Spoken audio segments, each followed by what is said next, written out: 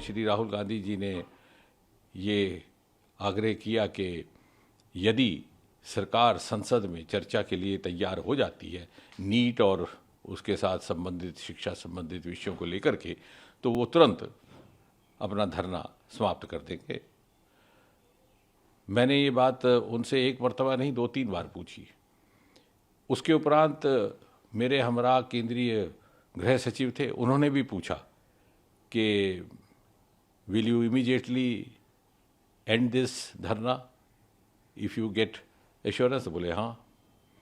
फिर हमने थोड़ी सी मुशक्क़त की, एक्सरसाइज की, सरकार के शीर्ष नेतृत्व से चर्चा हुई और हमें ये कहा गया कि आप सरकार की ओर से उनको आश्वासन दीजिए कि सरकार को कोई आपत्ति नहीं है, सरकार तैयार है संसद में चर्चा करने के लिए, नीट को लेकर के भी, उसके साथ संबंधित विषयों को लेकर के भी, जो आंदोलन है उसको लेकर के भी।